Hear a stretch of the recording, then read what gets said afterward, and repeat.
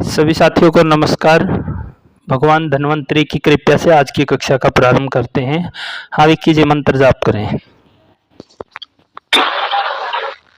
ओम सहनावतु सहनो भुनक्तु सह वीर्यं कर्वावहै तेजस्विनावधीतमस्तु मा विद्विषावहै।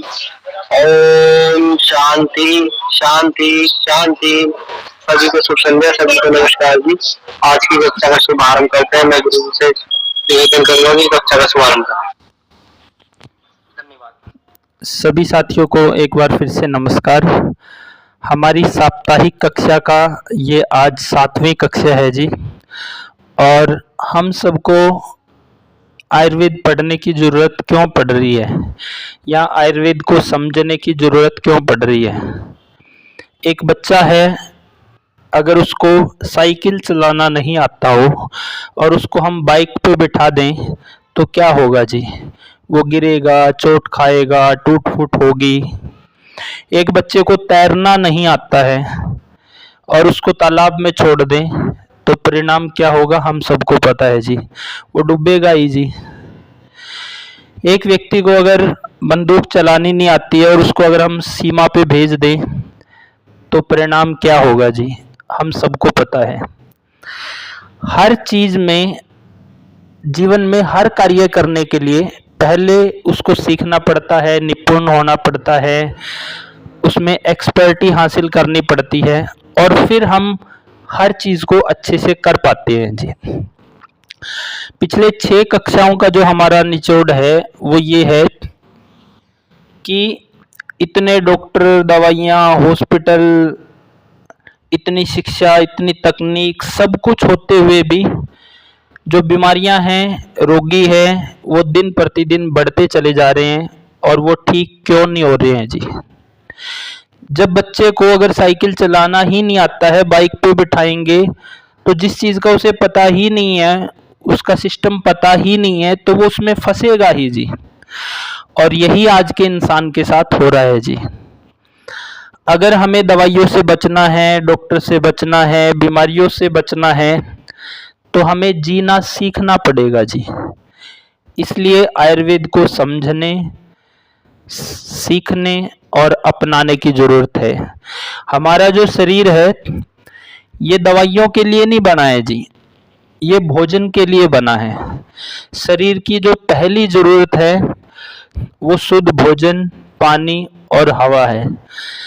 अगर ये शुद्ध है तो फिर इंसान को दवाइयों की, डॉक्टर की, हॉस्पिटल की ज़रूरत नहीं पड़ती। और दुर्भाग्य ये है कि यही चीज़ों में गड़बड़ी है। भोजन शुद्ध नहीं है, पानी शुद्ध नहीं है, हवा शुद्ध नहीं है, फिर हम सोचते हैं कि दवाई, डॉक्टर, हॉस्पिटल ये ठीक कर देंगे। तो इसलिए एक बार बीमार होने के बाद, एक बार कोई किसी भी रोग की दवाई शुरू होने के बाद फिर वो इमरजेंसी तक पहुंच जाता है जी। तो बीमारियों से बाहर निकलना है, दवाओं के चक्रव्यूह से बाहर निकलना है, हॉस्पिटल के चक्रव्यूह से निकलना है, तो हमें जीना सीखना पड़ेगा जी। पिछली 7-6 कक्षाओं में हमने क्या पढ़ा जी? स्वस्थ रहने के लिए, दवाइयों के चक्रव्यूह से बाहर निकलने के लिए, बीमारियों से बाहर निकलने के लिए, हॉस्पिटल में ना जाना पड़े, तो उसके लिए अगर हमने स्वस्थ रहना है, पहला नियम था कि जो भोजन है वो शुद्ध हो, क्योंकि शुद्ध भोजन से ही शुद्ध या स्वस्थ शरीर का निर्माण होगा जी।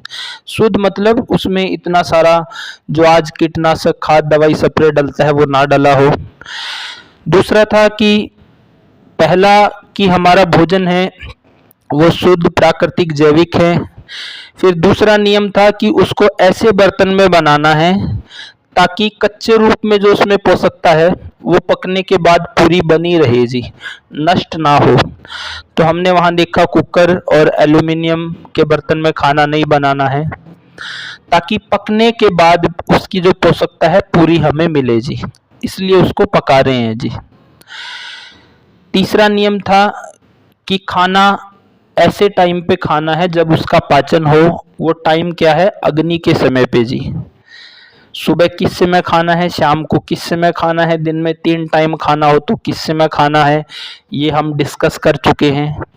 क्योंकि शुद्ध भोजन होगा, ठीक बर्तन में बना होगा, उसकी पोषकता पूरी मिलेगी। टाइम पे खाएंगे अग्नि के समय पे तो पाचन होगा, नहीं तो खाना पचता है या सड़ता है जी।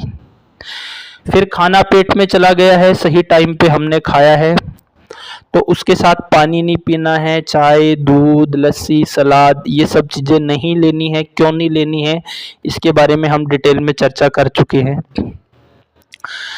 फिर अगला नियम था कि खाना जब भी खाएं पचाने के लिए खाना है, ये नहीं कि कभी भी खा लिया, कुछ भी खा लिया, जैसे कचरे के डिब्बे में कभी भी कुछ भी डाल देते हैं, ऐसा नहीं करना है जी। खाना हर समय जब भी खाएं पचाने के लिए खाना है, क्योंकि खाना पेट में जाके दो ही काम करता है, या पचता है या सड़ता है। पचेगा तो शरीर में लगेगा, सड़ेगा तो बीमारियां होगी, और उन बीमारियों को फिर कोई डॉक्टर, दवाई, हॉस्पिटल ठीक नहीं करेगा जी। फिर आखिरी कक्षा का जो हमारा सवाल था, वो टॉपिक था, उसमें हमने पढ़ा कि खाना शुद्ध है, ठीक बर्तन में बन गया है, अग्नि के समय पे खाने की तैयारी है, अब पकने के बाद कितनी देर के बाद खा लेना चाहिए। उसमें हमने देखा कि खाना जब तक गर्मा गर्म हो तब तक खा लेना चाहिए, उसको ठंडा या बासी करके नहीं खाना चाहिए, क्योंकि ठंडा और बासी खाना पेट की अग्नि को कमजोर करता है। और आयुर्वेद बोलता है सर्वे रोगा अपि मंदाग्नो, यानी सभी बीमारियां अग्नि कमजोर पड़ने से होती है जी। फिर वहीं पे एक सवाल निकल के आया था कि खाना बनने के, मान लो सुबह खाना बना लिया है तो दोपहर को खा रहे हैं, तो नियम है ठंडा बासी ना खाएं, तो क्या गर्म करके खा सकते हैं? उसी खाने को रात को खा रहे हैं, क्या गर्म करके खा सकते हैं? एक साथी का सवाल था कि ठंडा तो अग्नि को ठंडी करेगा, शरीर को ठंडा करेगा, बीमारियां पैदा होगी। तो जो आज का हमारा अगला सूत्र है वो ये है, ग्रुप में श्लोक भेज दिया है, भाव प्रकाश का ये रेफरेंस है। जो ग्रुप में श्लोक आया है उसमें पेज नंबर भी दिया हुआ है ऊपर। इसमें निघंटु ऋषि ऐसा बोलते हैं कि कोई भी काढ़ा है, भोजन है, जल है, कोई भी चीज है खाने वाली, उसको एक बार हमने पका लिया अग्नि पे, फिर वो शीतल हो गई है तो दोबारा गर्म नहीं करना है जी। अगर उसको हम दोबारा गर्म कर रहे हैं तो फिर ये श्लोक कहता है कि वो विष का रूप ले लेती है जी। ग्रुप में एक श्लोक आया है, कोई भी साथी एक बार इसको पढ़ दो ताकि हम इस पे चर्चा करेंगे। अनुव्रत जी आप पढ़ दो इसको, ग्रुप में जो श्लोक आया है, अनुव्रत जी।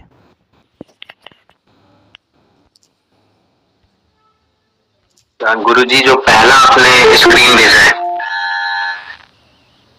हाँ दोनों एक ही श्लोक है जी। हाँ पहली वाली पढ़ दो आप, पहले में केवल वो श्लोक ही है, दूसरे में श्लोक के रेफरेंस के साथ बाकी चीजें भी। हाँ पढ़ो जी।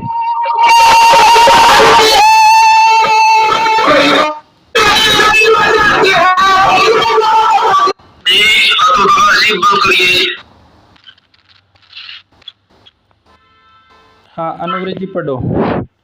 जी गुरुजी। घी, तेल, जल, क्वाथ, काढ़ा और व्यंजन, भोज्य पदार्थ, शाक आदि ये सब द्रव्य अग्नि पर रखने से परिपक्व होकर शीतल होने पर पुनः आग पर रखकर यदि गर्म किए जाएं तो विष की भांति विकार युक्त हो जाते हैं, अतः पुनः गर्म नहीं करना चाहिए। कुछ बताएंगे इसमें क्या कहा गया है जी? हाँ जी गुरुजी, इसमें ये कहा गया है कि जो घी, तेल और पानी और कोई क्वाथ जो आयुर्वेदिक काढ़े होते हैं और व्यंजन यानी कि सभी प्रकार के जो भोज्य पदार्थ हैं, साग सब्जियां, दाल वगैरह इसमें आ जाते हैं। तो अगर इनको एक बार हमने अग्नि पे, आग पे रख के उसको पका लिया और वो एक बार ठंडे हो गए और दोबारा अगर उनको आग पर रख के हम गर्म कर रहे हैं तो वो विष की भांति विकार युक्त हो जाएंगे। तो इस ऐसे दोबारा नहीं करना चाहिए। तो ऐसा निर्देश इस श्लोक के माध्यम से दिया जा रहा है यहाँ। हाँ, तो पिछला जब हम नियम पढ़ रहे थे तो वहाँ पे मंजीत जी का एक सवाल था कि जी यहाँ तो ऐसा होता है कि खाना सुबह बना लिया, उसको दोपहर को खा रहे हैं, वो ठंडा बासी है, तो ठंडे को हटाने के लिए उसको ही गर्म कर लें या रात को गर्म कर लिया, तो क्या ऐसा कर सकते हैं? तो ये श्लोक बोलता है जी कि घी है, तेल है, दूध है, जल है, काढ़ा है या साग सब्जियां हैं, दाल आदि है, कोई भी भोज्य पदार्थ है, उसको बार बार गर्म ना करो जी। यानी एक बार आपने सब्जी बनाई सुबह, तो नियम था पिछली क्लास वाला कि जब तक वो गर्मा गर्म है उस समय तक खा के फिनिश कर दो जी। जैसे जैसे वो ठंडी होएगी तो उसमें पोषकता तो घटेगी, लेकिन उससे भी बड़ी बात है कि वो जैसे जैसे ठंडा होता चला जाएगा भोजन, तो वो अग्नि को कमजोर करेगा जी। और पिछली क्लास का जो श्लोक था, सर्वे रोगा अपि मंदाग्नौ, सभी बीमारियां अग्निमंद होने से होती है, अग्नि की गड़बड़ी से होती है। खाना जितना ठंडा होता चला जाएगा उतना ही वो पेट की अग्नि को, पाचन को कमजोर करेगा जी। तो खाना, भोजन, दूध, जल, घी, ये सब जो गर्मा गर्म है, एक बार गर्म कर लिया है तो गर्मा गर्म को ही खा लेना है। मान लो सुबह अगर दाल सब्जी बनाई है, उसी को दोपहर को गर्म कर रहे हैं, तो शास्त्र बोलता है वो विष का रूप ले लेती है। उसी को फिर शाम को गर्म करके खा रहे हैं, तो खाना एक टाइम में इतना ही बनाएं और उसको उस समय बनाए ताकि हम गर्मा गर्म खा सके जी। ठंडा होने पे या दोबारा गर्म करके बिल्कुल भी ना खाएं जी। आज के टाइम में क्या हो रहा है, हर ऑफिस जाने वाला व्यक्ति, खासकर सर्दियों के टाइम में, सुबह अपना खाना ले गया है और दोपहर को गर्म करके ही खाता है जी। तो ऐसा ना करें। अपने बच्चों को एक बार जो भोजन ठंडा हो गया है उसको दोबारा गर्म करके ना दें जी। हमने क्या करना है, एक आदत ही तो बदलनी है। एक व्यक्ति बीमार होता है, उसको स्टंट डलता है, ऑपरेशन होता है, फिर डॉक्टर उसको परहेज देता है 3 महीने के लिए। उसको 3 महीने आगे फिर बिल्कुल बिस्तर पे, मंजे पे ही गर्मा गर्म खाना मिलता है जी। क्यों ना हम ऐसी व्यवस्था पहले ही बना लें, बीमार ही ना हो, उस स्थिति में ना जाएं। एक बच्चे को अगर साइकिल नहीं आता है, बाइक दे देंगे, या तैरना नहीं आता है, तालाब में छोड़ देंगे, तो क्या होगा जी।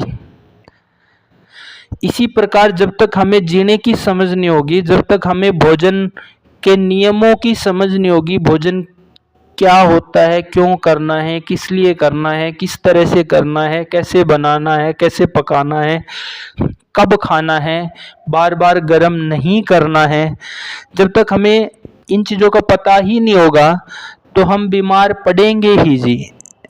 जब हमें जीने की समझ आएगी तो हम बीमारियों से बचे रह सकते हैं, और बीमार हैं तो ठीक भी तभी होंगे जब हमें जीने की समझ आएगी। अकेला डॉक्टर दवाइयाँ हॉस्पिटल से ठीक होने वाले नहीं हैं। अगर उनसे ठीक होते तो अब तक ठीक हो चुके होते जी। कई बार सर्दियों का टाइम है या किसी को सर्दी, खांसी, जुकाम, बुखार है तो गर्म पानी पीते हैं जी। तो पानी भी अगर गर्म किया है तो उसको फिनिश कर दो, बस उसी पानी को बार बार गर्म ना करो। या हम कई बार काढ़ा बना लेते हैं, या कई बार डिटॉक्स का काढ़ा, जैसे रात को बोलते हैं कि भाई 1 लीटर पानी लो, उसमें 1 मुट्ठी धनिया डाल लो और दरदरा कूट के सुबह उसको पकाओ और दिन भर वो पानी पीना है, गर्मा गर्म पीना है, उसी के साथ मेडिसिन लेनी है। तो उसमें ऐसा नहीं करना कि उसको ठंडा नहीं पीना है कि बार बार उसी को गर्म करते रहें। उसको ऐसे बर्तन में रख लें जिसमें वो गर्म रहे जी, या उसको इतना ही निकाल के गर्म करें जितना पीना है। तो किसी भी चीज़ को बार बार गर्म ना करें जी। अगर ऐसा करेंगे तो वो भोजन नहीं, एक तरह से विष है जी। महिलाएं क्या करती है जी, रसोई में क्या होता है कि घर में इकट्ठा सरसों का, मूंगफली का या तिल का कोई भी तेल निकलवा लिया है जी, 5 लीटर, 10 लीटर, 20 लीटर, 50 लीटर। तो क्या करेंगे, घर में लाके पहले उसको पूरे को 5 लीटर 10 लीटर 15 लीटर जितना भी है एक कढ़ाई में डाल के उसको पकाएंगे जी। फिर दोबारा उसको बंद कर देंगे और फिर हर रोज उसका छौंक लगाएंगे। ऐसा नहीं करना है जी, ये गलत तरीका है। क्योंकि वो जो आपका तेल कच्ची घानी से निकला हुआ है, निकलते समय गर्म नहीं हुआ है, तो फिर उसको जब आप छौंक लगाएंगे केवल तभी गर्म करना है जी। पहले उसको कढ़ा के नहीं रखना है, पहले उसको पका के नहीं डालना है जी, ऐसा नहीं करना है। बहुत सी महिलाएं ऐसा करती है, तो वो गलत तरीका है जी। तो पहले तो तेल जो हमारे घरों में छौंक के लिए इस्तेमाल होता है, हमने यहाँ पे पढ़ा है कि कोई भी चीज दोबारा गर्म करने पे वो विष का रूप ले लेती है जी। तो हमारे घरों में छौंक के रूप में जो तेल लगता है, पहले तो वो तेल हो कैसा जी, वो ऐसा हो जहां से हम लेके आएंगे वो ऐसे मिल से नहीं लेके आना है जिसमें निकलते समय ही तेल गर्म हो जाए, क्योंकि गर्म होने पे फिर उसकी जो पोषकता है वो नष्ट हो जाती है जी। और फिर जब दोबारा आप छौंक लगाएंगे, एक बार मिल में गर्म हो गया है, एक बार छौंक लगाते समय आपकी रसोई में गर्म हो गया है, तो फिर वहां पोषकता नहीं बचेगी जी। जो शुद्ध चिकनाई अंदर चाहिए वो शरीर को नहीं मिलेगी जी। तो तेल कहां से लेके आए, ऐसी घानी से निकलवाओ जहां निकलते समय तेल गर्म ना हो जी। एक नियम ही तो बदलना, एक आदत ही तो बदलनी है। अभी तक अगर आप बड़े मील में निकलवा रहे हैं तो आप छोटी घानी ढूंढ लो, आजकल बड़ा प्रचलन है, आसपास मिल जाएगी जी। नहीं मिले तो आप हमारी टीम से, हमारे वैद्यों से कांटेक्ट कर सकते हैं, सभी ये कार्य कर रहे हैं जी। आपको कोल्ड प्रोसेस से निकाला हुआ तेल उपलब्ध करवा देंगे। पहले कोशिश करो अपने आसपास जी। तो तेल हमने ऐसी घानी से निकलवाना है जिसमें निकलते समय गर्म ना हो जी। और फिर उसको घर लाके पका के या कढ़ा के नहीं रखना है, उसको सीधा छौंक जब लगाएंगे तभी गर्म होना चाहिए जी। दूसरा, कई बार हम क्या करते हैं, हमारे घरों में जो माताएं हैं, बहनें हैं, वो क्या बनाएंगी, वो गुलगुले बनाएंगे, पकोड़े बनाएंगे, इस तरह के आइटम जिनको तेल में पकाते हैं जी। तो इसमें क्या है, बहुत सारा तेल हमने कढ़ाई में लिया, वो गर्म होगा, उसमें हम पूरी बनाएंगे या पकोड़े या फिर ये गुलगुले सुहाली इस तरह की चीज बनाएंगे। तो हमने क्या किया, बनाने में कम से कम आधा घंटा 1 घंटा लग गया है, बना लिया है, पूरा परिवार ने खा लिया। अब जो तेल बच गया है उसको फिर से क्या करते हैं, उसको संभाल के घर में रख लेते हैं और उससे हर रोज सब्जी में छौंक लगाते हैं। बहुत ही गलत आदत है जी। क्यों? क्योंकि जब आपने 1 घंटा उसमें पूरी बनाई है या वो गुलगुले बनाए हैं या कोई भी इस तरह का जो आइटम बनाया है आपने, तो जो तेल की उसका जो सत्व था, उसकी जो गुणवत्ता थी, वो तो इस्तेमाल हो चुकी है जी। अगर आप अब उसको दोबारा फिर से छौंक आदि में इस्तेमाल करेंगे तो उस चिकनाई में कोई दम नहीं है और वो फिर आपके अंदर बीमारी करने का काम करेगा। क्योंकि जब उसको हमने आधा घंटा 1 घंटा अग्नि पे पकाया तो उसका पूरा सत्व, निचोड़, जो भी उसमें ताकत थी वो इस्तेमाल हो चुकी है, तो दोबारा फिर वो शरीर को बीमार बनाने का काम करेगा। तो फिर क्या करें, क्या फेंक दें? गांव में तो क्या होता है जी, जो पशु है उनके सींग है सिर पे, शरीर पे लगा देते हैं या पशुओं को दे देते हैं। तो शहरों में भी आप क्या करें, खाएं बिल्कुल ना उसको, चाहे किसी भी पशु को या किसान को दे दें या उसको फेंक दें, लेकिन वो खाना नहीं है जी। खाएंगे तो हार्ट अटैक आएगा और शरीर में बीमारियां पैदा ही होगी जी। तो ऐसा नहीं करना है, क्योंकि उसकी जो ताकत थी वो निकल चुकी है जी।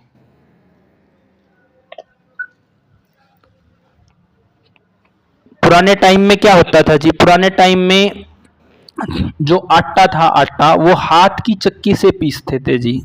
उसके पीछे भी बड़ी साइंस थी, विज्ञान थी, एक टेक्निक थी। क्यों पीसते थे? क्योंकि वहां पीसते समय आटा गर्म नहीं होता था जी, केवल रोटी बनाते समय ही आटा गर्म होता था।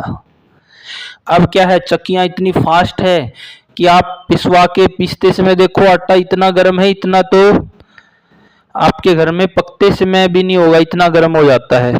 तो इतना गर्म आटा जब वहां हो जाता है चक्की में, तो फिर दोबारा फिर से रोटी बनते समय तो उस आटे की जो पोषकता है वो चली गई जी।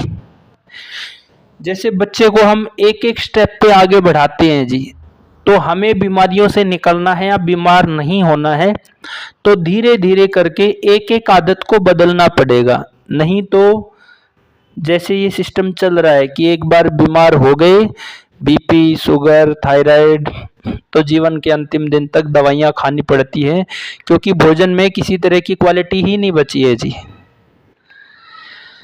तो वो पिछड़ेपन की निशानी नहीं थी हाथ से चलने वाली जो चक्की थी, वहाँ एक तकनीक थी, वहाँ एक विज्ञान थी, साइंस थी वो, कि आटा बनते समय एक बार ही गर्म होगा जी। बाजार में आप सब देखते हैं, बाजार में जितने भी ये पकवान बनते हैं तो वहाँ तो एक ही तेल को कई कई दिन तक गर्म किया जाता है जी। जो मार्केट के शौकीन है ये फास्ट फूड और ये तली हुई चीजें खाने के, तो आप देखो कि वहाँ पे हो क्या रहा है जी। हमने पढ़ा है कि कोई भी खाद्य पदार्थ दोबारा गर्म ना करें, और वहाँ तो एक ही तेल को बार बार इस्तेमाल किया जाता है। तो जब खाने के नियम ठीक होंगे, खाना शुद्ध क्वालिटी का बनेगा और तरीके से खाया जाएगा, तो शरीर में पचेगा, तो 7 धातुएं बनेगी, तो बीमारियां नहीं होगी जी। तो आज का जो नियम है वो ये है कि कोई भी भोज्य पदार्थ, दाल, सब्जी, रोटी, कोई भी पकवान बार बार गर्म करके, जो बासी खाना है उसको बार बार गर्म करके, दोबारा गर्म करके ना खाएं, ना बच्चों को खिलाएं। अगर हम ऐसा करेंगे तो बीमारियां रहेगी जी। तो यहाँ तक किसी का कोई सवाल हो तो रख सकते हैं जी। हाँ जी, ये आतम प्रकाश जी आपका हाथ उठाया रहता है टाइम जी।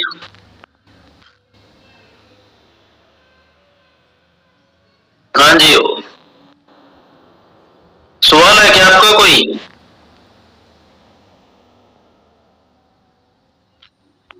कोई और साथी जिसने भी कोई पूछना हो, सवाल रखना हो तो सवाल रख सकता है जी।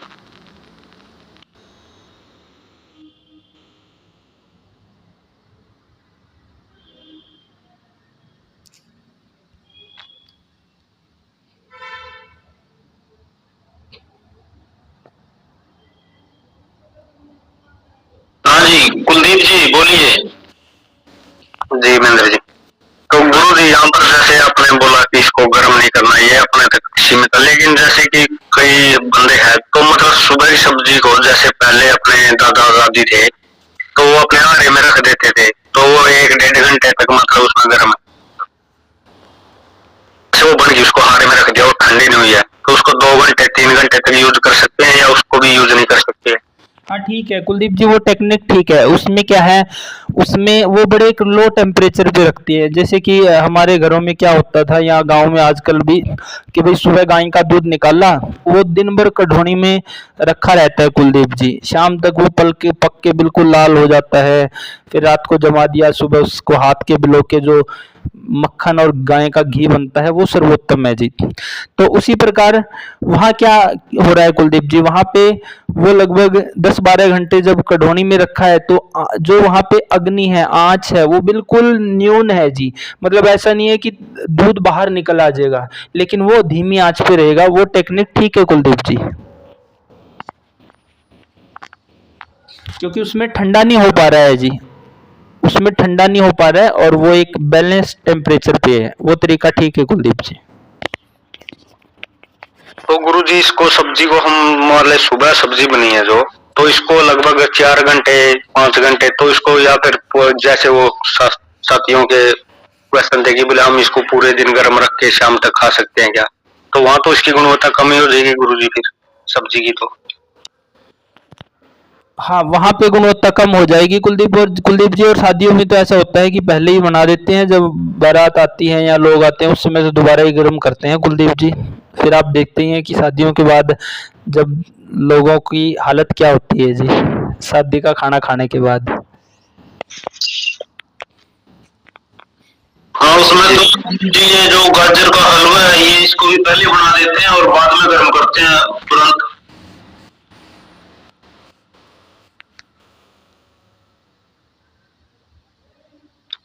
हाँ जी सैसन जी बोलिए जी। संजीव जी। संजीव जी, संजीव पंघाल जी बोलिए। हाँ सर, नमस्कार जी सभी को। हाँ जी सर नमस्ते। ये है, जैसे ये तो गांव की बात होगी, ये तो आपने चलो ये अच्छा है गांव की उसमें है। ये शहर वाले आदमी क्या करे जी, सुबह दूध आ जाता है, उसको एक बार गर्म कर लिया तो उसको फिर ठंडा ही पीते रहेंगे बाद में। ये कमजोरी है संजीव जी ये शहरों की। बाकी अगर आप थोड़ी सी व्यवस्थाएं बनाएंगे, बात करेंगे, तो दूध जो सुबह आ रहा है उसकी बजाय शाम को आ जाए तो वो एक ही बार गर्म करना पड़ेगा संजीव जी। और ठंडा तो नहीं पीना है जी। दूध एक बार गर्म किया हुआ, खासकर पीने से पहले वो हल्का गर्म जरूर हो संजीव जी, ठंडा नहीं पीना है।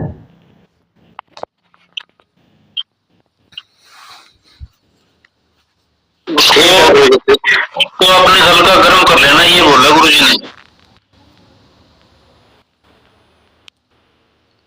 देखो संजीव जी, बेस्ट तो है कि रात को भी दूध की व्यवस्था हो जाएगी जी, जैसे सुबह देने आता है। अगर सभी साथी सहमत हो, हमारे यहाँ पे पंचकुला में तो ऐसी व्यवस्था है जी। तो अगर आपके वहाँ भी संभव हो तो रात को ही आए तो वो फिर समस्या का समाधान हो जाएगा, नहीं तो वो सुबह वाली में वो गड़बड़ी रहती है संजीव जी।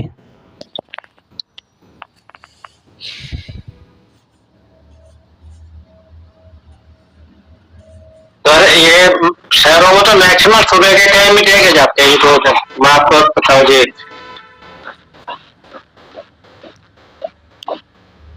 हाँ, ये एक समस्या है संजीव जी शहरों वाली। हाँ जी नरेश जी। नमस्कार जी। हाँ जी बोलिए सैसन जी। संजीव जी, जैसे आपके पास दूध आया और आपके पास 2 किलो आया, 10 किलो आया, ठीक है ना, तो आपने जितना यूज करना है ना उसको गर्म कर लो, फिर बार गर्म करने की आवश्यकता ही नहीं पड़ेगी, ये समस्या ही नहीं है। समस्या तो वो होगी ना जब आपने एक बार गर्म कर लिया। मान लिया आपका परिवार 10 किलो दूध ले रहा है, 2 किलो ले रहा है, आपने वन टाइम में आधा किलो यूज करना है तो उसमें से आधा किलो दूध यूज कर लो, गर्म करके ले लो, तो इसका तो कोई बड़ी बात नहीं। लेकिन आपने बार बार थोड़ा एक्टिव होना पड़ेगा। सर्दियों में तो सेशन जी ये चल जाएगा, लेकिन गर्मियों में दूध सुबह ही गर्म करना पड़ता है क्योंकि वो फिर खराब हो जाता है जी सर्दियों में। आजकल के लोग फ्रिज में रखा रहता है जी, और शहर में तो लाइट 24 घंटे रहती है जी। नहीं, फ्रिज तो फिर फ्रिज में तो सेशन जी वो खुद ही एक विष का रूप ले लेता है। ये तो लेता है, अगर देव जी उस दूध को निकालने के बाद है ना तुरंत में आप वहां रखोगे तो वो ठीक रहा जाएगा, लेकिन औरों की अपेक्षा ठीक रहेगा। ज्यादा तो नहीं कर सकते, लेकिन ज्यादा समस्या नहीं है। देखो इसमें ऐसा है सेशन जी, फ्रिज से तो अच्छा है कि आपने मान लो सर्दियों में तो ये टेक्निक जो आपने बताई है वो चल जाएगी कि उतना ही गर्म कर लो जितना चाहिए, सर्दियों में खराब भी नहीं होता। गर्मियों में एक बार गर्म कर लिया, दोबारा फिर उस तरह से गर्म ना करे सेशन जी। और फ्रिज में तो फिर वो फ्रिज वाली सब तरह की गैस है जो वो उसमें आई जाती है जी। और कई बार लोग एक ही दूध को दिन में 3 4 5 कई बार गर्म कर लेते हैं, उससे बचे सेशन जी। जी भैया जी, बचना चाहिए, लेकिन वो भी एक तरीका है। अगर आप गर्म के करोगे ना तो आप ज्यादा स्पीड पर ना करके हल्का करोगे तो भी काम चलने वाला है। कई जगह तो ऐसा नहीं हुए फ्रिज में जलते जहर बन जाएगा, लेकिन मिस यूज जैसे है ना, हम बासी खा रहे हैं और बासी खाने का भोजन ज्यादा मिस यूज का वहां पर वो दूध बासी नहीं हो रहा, आपका दूध सेफ रहा है, लेकिन फिर भी उसका तो कुछ न कुछ उससे अच्छा रहेगा। ठीक है जी। नरेश जी का सवाल था जी।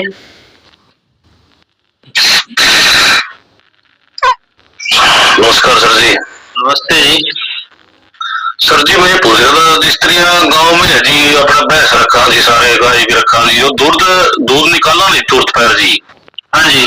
तो कई बार बच्चे दूध पी रहे हैं जी, वो कच्चा दूध निकालते ही जस्ट 10 मिनट के अंदर अंदर पी लिया जी। कई बार 1 गिलास 2 गिलास पी रहे बच्चे जी।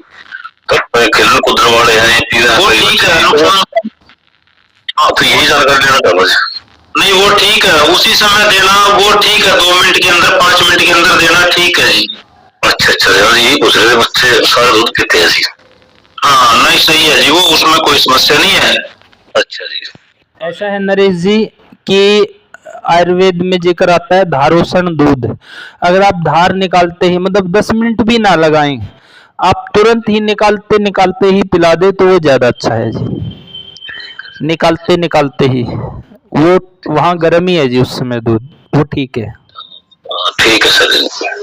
बस बच्चे का पाचन अच्छा हो उसी बच्चे को वो दूध पिलाएं। जिसको पहले ही भूख अच्छी नहीं लगती है या सर्दी खांसी जुकाम बुखार जल्दी जल्दी होता है, उस तरह के बच्चे को ना दें जी। ठीक है सर जी।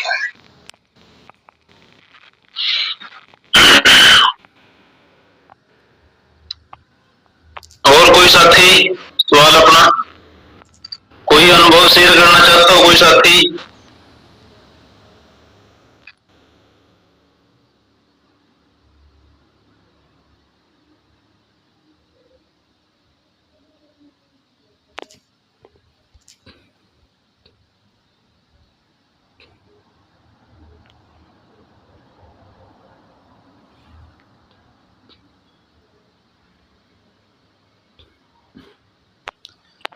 और कोई वैद्य साथी कोई अपना वक्तव्य अपने विचार रखना चाहता हो या कोई साथी अपना अनुभव पिछली वीडियो के आधार पे कोई भी अपना विचार रख सकते हैं जी।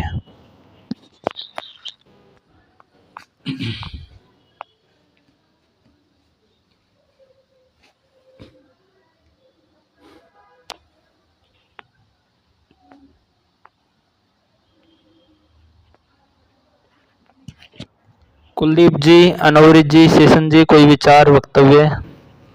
जी गुरुजी। तो गुरुजी जैसे सेशन जी ने बोला दूध, तो फिर ये फ्रीज में रखा हुआ भी अगर हमने एक दिन कल इसकी आदत डाल लिया तो ये आदत तो फिर धीरे धीरे अग्नि को भी तो विषम करेगी वो जहर का दूध पीते पीते फिर। तो ये तो बिल्कुल गलती दिशा में आएगा गुरुजी। इसकी वजह तो हम अपना अलग ही सोल्यूशन हारे वगैरह का देखें तो वही सबसे। हाँ देखो, वो फ्रिज की बजाय तो शेषन जी मान लो सुबह गर्म सर्दियों की तो कोई समस्या नहीं है, जो शेषन जी ने बताया था कुलदीप जी, सर्दियों की कोई समस्या नहीं है कि आप उतना ही गर्म कर सकते हैं जितने की जरूरत है जी। सर्दियों में खराब होता ही नहीं है। केवल गर्मियों के टाइम में आप एक बार सुबह गर्म कर लो, फ्रिज में ना रखो जी। फिर आप दिन भर पंखा या कूलर के नीचे रखेंगे तो वो खराब होगा नहीं। फिर शाम को पूरा गर्म करने की बजाय उसको हल्का गर्म कर लो जी, ऐसा कर सकते हैं। फ्रिज की तुलना में तो ये तरीका ठीक रहेगा, क्योंकि फ्रिज में तो क्लोरो फ्लोरो वो भयानक, राजीव भाई ने इतनी फ्रिज के बारे में बताया, इतनी खतरनाक गैसें हैं, वही एक विष हो जाएगा जी उसमें। उसमें इतनी खतरनाक गैस है कि आप किसी भी बंद बर्तन में रख दो वो उसको भी क्रॉस करके वहां चली जाएगी। कुलदीप जी। जी गुरुजी, यही सवाल था कि वहाँ पर हम फ्रिज को तो अलाउड ही नहीं करना गुरुजी, क्योंकि बहुत सी बीमारियां तो अपने ये फ्रिज की वस्तुएं खाने से ही ज्यादा सबसे ज्यादा बीमारियां बन रही है।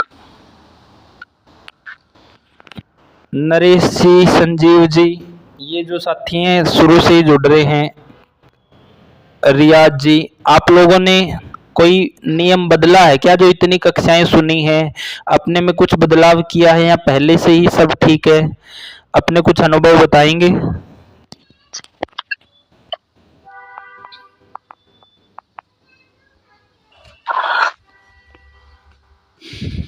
मैंने अपने में बहुत बदलाव किया है। शाम का खाना 7 बजे तक मैं खा लेता हूँ, उससे मुझे आराम भी लगा है और उससे मेरी अग्नि भूख भी बढ़ी है। मैं आपको सही बताऊं, अभी मैं भी आपको बताता हूँ, 2-3 दिन की पहले बात है, मैं ऑफिस में लेट हो गया था तो मुझे बहुत तेज भूख लगी गुरुजी।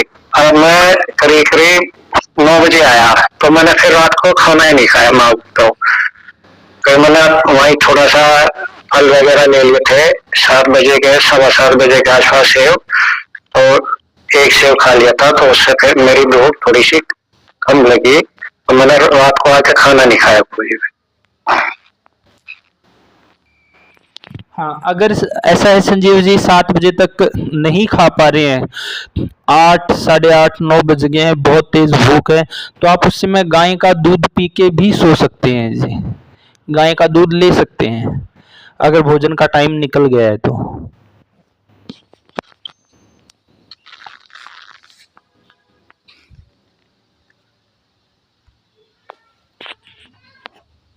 नरेश जी, रियाज जी, बाकी और साथी बताएंगे जी अपना कुछ अनुभव, कुछ बदलाव किया हो या कुछ बदलाव करने की तरफ जा रहे हो। ये सुभाष जी, कृष्ण जी, आशा जी, कोई भी रखिए अपने विचार।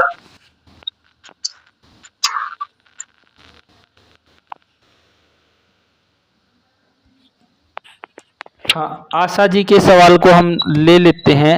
हाँ, आपका कोई सवाल है तो बोलिए, नहीं फिर जो आरंभ में सवाल किया था उसको ले लेंगे। हाँ आशा जी बोलिए।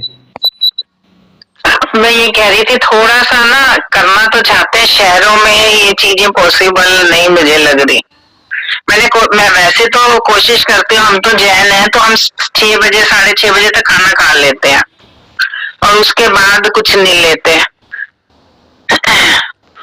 तो उससे भी काफी फर्क लगा है, लेकिन जो ऑर्गेनिक चीजें हैं वो मिलनी मुश्किल है थोड़ी आशा जी ऐसा है कि मार्केट में हर जगह पे हर शहर में जहर भी बिक रहा है और अच्छी चीज भी बिक रही है। अच्छी चीज के लिए थोड़ी प्रयास और मेहनत। गाय का दूध मतलब कि नहीं मिलता यहाँ। अब जैसे पतंजलि का मैं लेती हूँ दूध, गाय का दूध है वो, अब पता नहीं कैसा है कैसा नहीं, ठीक है अब ले रहे हैं बस।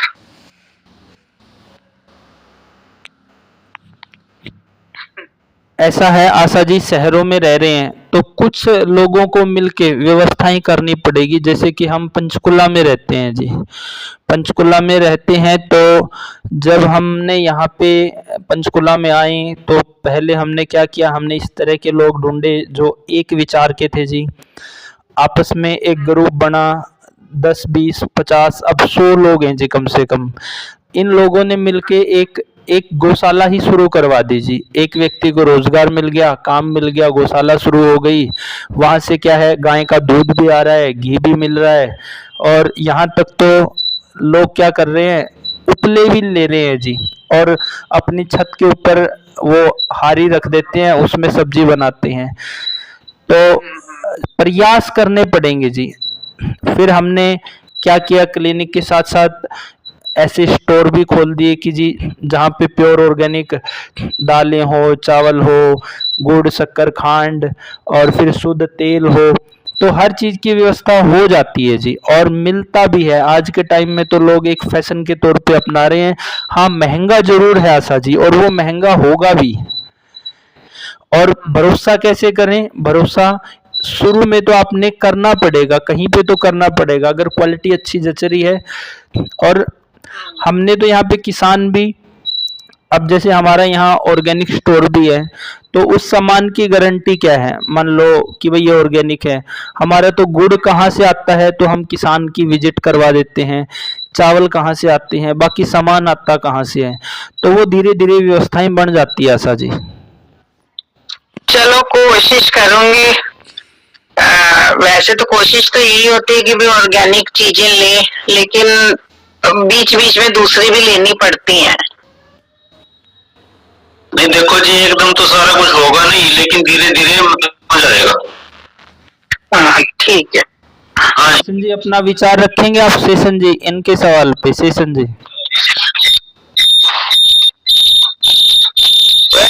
एक मिनट में बोलूंगा, मैं कैसेट लेकर लिया, मैं 1 मिनट में फिर मैं अपना वक्तव्य रखूंगा। हाँ जी, सुभाष जी का सवाल ले लेते हैं जी। हाँ जी, नमस्कार जी सभी को। ये तो आशा जी को जो सब्जियां आती हैं और उनका पत्नी फूल से केमिकल होते हैं, तो डिटॉक्स करने के लिए अगर व्यवसाय का सहारा लें तो वो ठीक रहेगा। जैसे राजीव कपूर जी बताते हैं,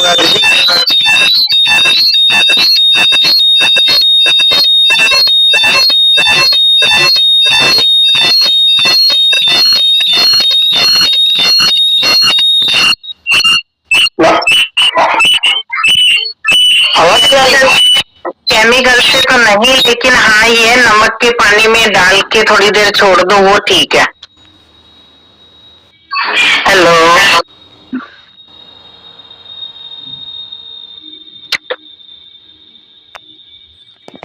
आवाज जा रही है।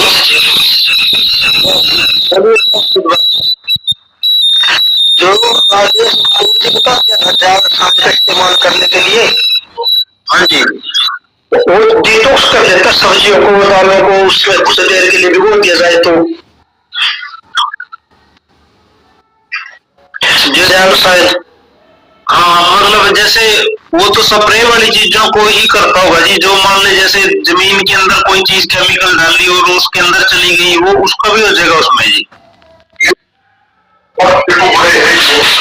हाँ नहीं, सब्जियों को जैसे दाल आते चने आते हैं उसको भी डिटॉक्स करता जी वो, और जो सब्जियों को भी डिटॉक्स करता है, पानी को भी डिटॉक्स करता, गंदा पानी हो तो। अच्छा जी। सुभाष जी ये टेक्निक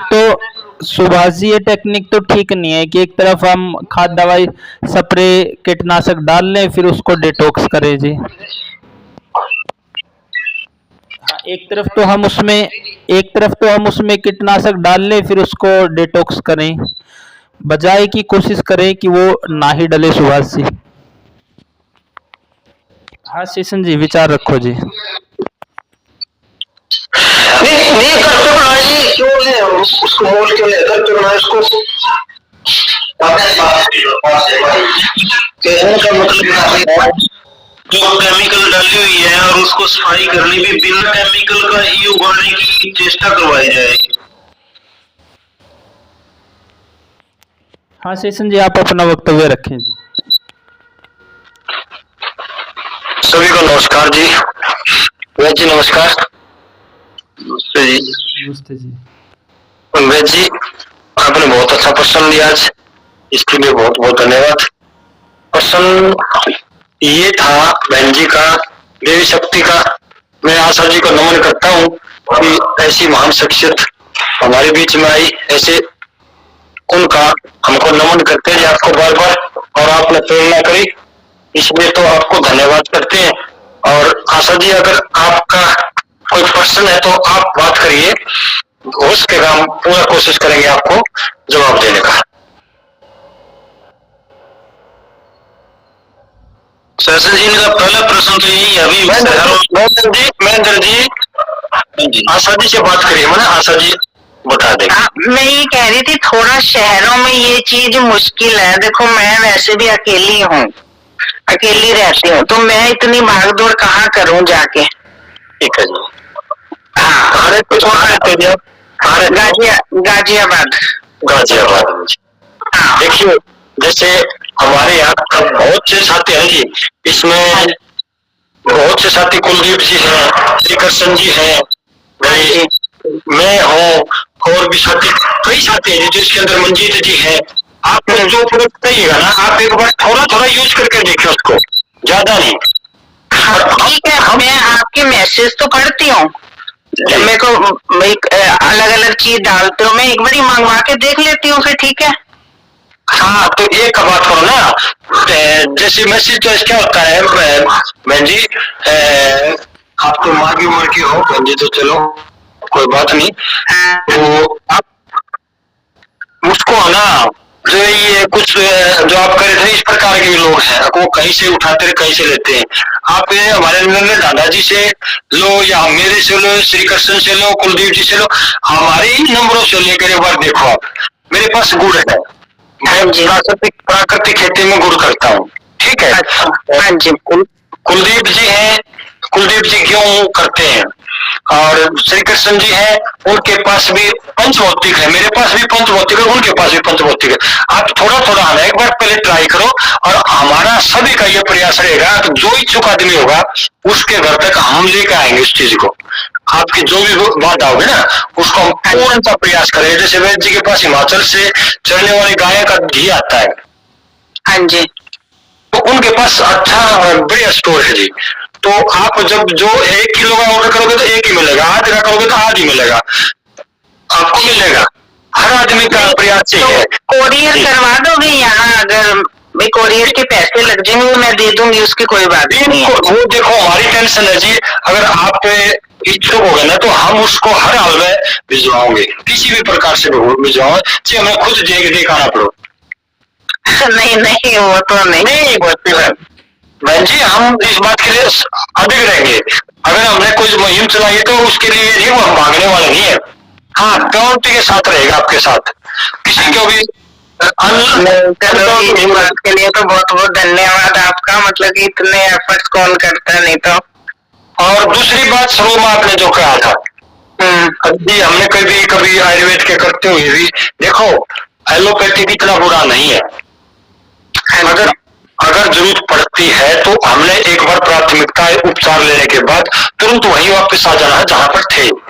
अगर भाई कारणवश कुछ भी हो सकता है जी, देखो इंसान है, हम ठीक ठाक होते हुए भी अगर हमारे पास सुविधा नहीं है, हम उस चीज को नहीं जान रहे, मान लो आप क्लास शुरू कर रहे हो, ठीक है, या हम 1 साल से लग रहे हैं, उसके हमारे भी कंट्रोल से बाहर हो गए, जी का संपर्क नहीं सुन पाए, तो ऐसा कोई पण ना लो जहां जान चली जाए। आज हमारे बीच में वो मूर्ति नहीं है, उनके पण के ही कारण गई है। अगर जो वो पण ऐसा पण ना लेते तो शायद आज राजू दीक्षित जी जीतते पाते। उन्होंने बोल दिया तो खानी नहीं। तो हम सबकी आपकी जरूरत है, अगर छोटी मोटी जरूरत पड़े तो ले लो। हाँ, ज्यादा फोकस आयुर्वेद पर रखो, पंचभौतिक पर रखो, अपने खान पान पर रखो। हाँ जी, ठीक है। वो तो भाई एलोपैथी की दवाइयां जो, अब जैसे थायराइड है, मेरे को 40 साल हो गए दवाई लेते हुए। जी जी। तो अगर मैं आयुर्वेद में जाती हुई मैं एकदम एलोपैथिक नहीं छोड़ सकती। छोड़ना नहीं चाहिए जी। आप एक बार बताओ ना, 40 साल हो गए आपने खाते ने, अब कैसे बंद हो जाएगा एकदम से? वो गलत होगा। हाँ, आप एक बार हार को ठीक कर लो, फिर अपने आप आवश्यकता बंद हो जाएगी, आवश्यकता ही नहीं पड़ेगी आपको। ठीक, कोशिश करूंगी।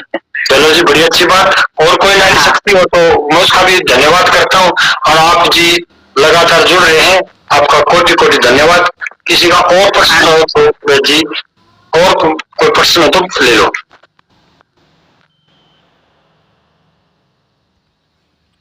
किसी भी साथी का कोई सवाल, कोई अनुभव, कोई विचार हो तो रख सकते हैं जी, नहीं तो अनुव्रत जी।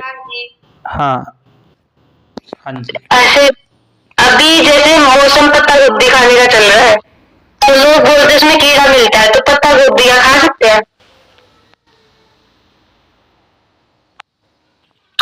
बिल्कुल खा सकते हैं। अगर आप देखो, शुरुआत वैज्ञान फिर बोल दिया, हम भी बोल रहे हैं बार बार, आप ना प्रयास करो, अपने नजदीक मिलेंगे।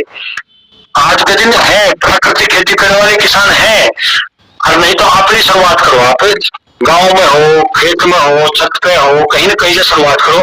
नहीं तो अच्छी क्वालिटी की लेकर देखो, शुरुआत करो। एक बार पहले खाने का चेंजिंग करो, टाइमिंग का, फिर अपने आप को उस साइड में लेके जाएंगे ना तो बदलाव आएगा। खा सकते हैं आप, क्यों नहीं खा सकते?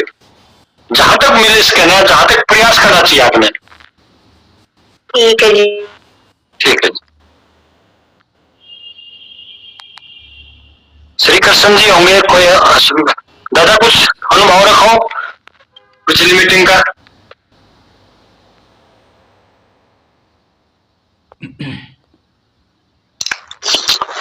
सभी सदन को नमस्कार। नमस्कार जी, नमस्कार। सेशन भाई, देखो प्रोग्राम तो बढ़िया है, अच्छी जानकारी मिलती है। रोटी खाओगे लेकिन? हाँ हाँ। बाहर जा रहा था भाई, आया हूँ। कोई बात। तो साथ साथ समाधान भी देने लग रहे हैं, अच्छी बात है, और देना भी चाहिए। और आशा जी से, इनके इधर गाजियाबाद के अंदर है ना 4-5 किसान हैं, अब इनको जो भी होगा उनके नंबर प्रोवाइड करवा देंगे, ये उनसे बातचीत कर लेंगे। जो अपने तो किसान हर जगह हैं, इधर तो अपने से संभव नहीं होगा सारी चीजें भेजने का। ताजा सब्जी चाहिए तो हम नहीं भेज सकते, गेहूं भेज सकते हैं, दालें भेज सकते हैं, गुड़ भेज सकते हैं, मसाले भेज सकते हैं, लेकिन इनको सब्जी चाहिए और चाहिए। एक मैं आशा जी से भी निवेदन करूंगा कि अगर आपके नजदीक कोई किसान हो, मैं हम जो भी नंबर प्रोवाइड करवाएंगे, आप उनके खेत पर जाइए, आप उनके खेत पर जाकर पूरी तसल्ली कीजिए, उसके बाद में लीजिए। क्योंकि आप तसल्ली करोगे, जहां पर खड़े होगे नंगे पैर खड़े हो जाना। आप प्राकृतिक खेत में जाओगे, नंगे पैर खड़े हो जाना, आपको पता चल जाएगा आपकी ऊर्जा घट रही है या बढ़ रही है, आपकी शक्ति कम हो रही है या आपकी शक्ति बढ़ रही है। ये एक पहचान होती है ऑर्गेनिक की। जहां पर जहर, यूरिया, डीएपी केमिकल नहीं डला होगा, वहां मिट्टी ऊर्जा पॉजिटिव छोड़ेगी। आपके पैरों से ही पता चल जाएगा। आप बैठोगे तो आपकी ऊर्जा, आपको एनर्जी अलग से मिलेगी, आपको हवा का वातावरण अलग से मिलेगा। ये एक पहचान होती है ऑर्गेनिक किसान की।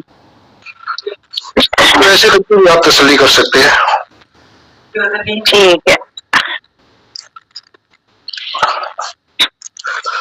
और बढ़िया सेशन भाई, धीरे धीरे सदस्य बढ़ रहे हैं, अच्छी जानकारियां मिल रही है और हमें भी इससे लाभ मिल रहा है। चलो जी, बड़ी अच्छी बात है, आपको लाभ मिल रहा है और साथियों को भी बहुत बहुत धन्यवाद जी आपका। अनुवृत जी, अब आप अपना वक्तव्य रखिए और फिर समापन करें। अनुवृत जी। जी 2 मिनट। हाँ सेशन जी। जी, कुछ चीजें ऐसी होती हैं भाई, हम उसको समय पर पालन ना करते, उसके बाद में बड़ा पछतावा होता है। जैसे आज हम कुछ साथी है भाई इसमें जो शादीशुदा है, कुछ शादीशुदा होने वाले हैं, या कोई दादा बनने वाला है या दादी बनने वाली है या दादी बन चुकी है, मतलब इस प्रकार से सामाजिक हम सब। तो हमने नियम का पालन करते हुए अपने परिवार को और अपने आप को सुधारना चाहिए। वहां से आपकी बड़ी नींव रखी जाएगी और नींव जहां से मजबूत होगी ना, तो वो बहुत बड़ी बात होगी। नींव रखने के लिए आप ये मत मानिए, अगर 80 साल का भी गुजरेगा ना, तो भी कुछ कर गुजरेगा जी। आप अपने घर में आहुति देने लग रहे हैं, आपकी आहुति आपके समाज में अलग से दिखाई देगी। तो मेरा तो नम्र निवेदन यही है कि सभी साथी ज्यादा से ज्यादा बताएं, सामाजिक काम है ये, कोई किसी से कुछ लेना देना। यहाँ आओ, मंच पे आओ और अपना अनुभव शेयर करो, सीखो। वैद्य जी हमारे इतने अनुभवी आदमी है। आप 3 घंटे की क्लास करोगे, 3 घंटे की होगी, 1.5 की होगी, 1 की होगी। अनुभव हमारे वैद्य जी के पास बहुत ज्यादा है, लेकिन हमारी कमी रहेगी कहीं कहीं उसको ग्रहण करने की और ना सुनने की। तो आप साथियों से अनुरोध है, आप जितना भी हो सके ज्यादा से ज्यादा आओ और आपका स्वागत है। रही बात दूसरी, बिल्कुल हमने एक छोटा पॉइंट 3-4 क्लास के बाद में हम और दूसरा पॉइंट लेंगे भाई जी, चलो वो बाद में कर ले डिस्कस। तो मैं इतना ही कहना चाहूंगा, आप अपने समय का दान दो और अपने समाज को उत्थान की तरफ लेकर जाए। धन्यवाद जी। बहुत बहुत धन्यवाद शेषन जी। और इस तरह का वक्तव्य शेषन जी का है या किसी भी वैद्यगण का है तो रख सकते हैं। किसी भी साथी का कोई भी विचार सुझाव है तो रख सकते हैं। ये मंच सबके लिए खुला है जी, कोई भी रख सकता है जी यहाँ पे। अनुवृत जी, अब आप अपना वक्तव्य रखें। जी गुरु जी, सभी साथियों को नमस्कार। आज हमारी साप्ताहिक कक्षा का 7वां जो विषय था कि भोजन को बार बार गर्म करके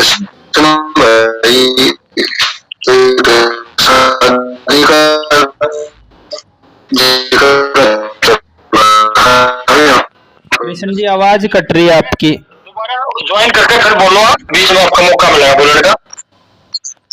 आवाज कट रही है, क्लियर नहीं आ रही है कृष्ण जी। हाँ जी,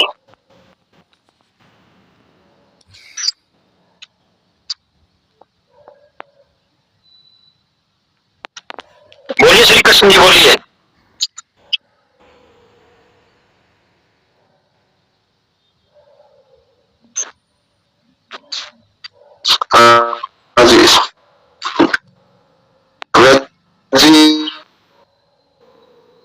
श्री कृष्ण जी, एक बार आप लेफ्ट होकर दोबारा जुड़ जाओ, आपकी आवाज क्लियर आएगी, रेंज में दिक्कत है, ठीक है ना?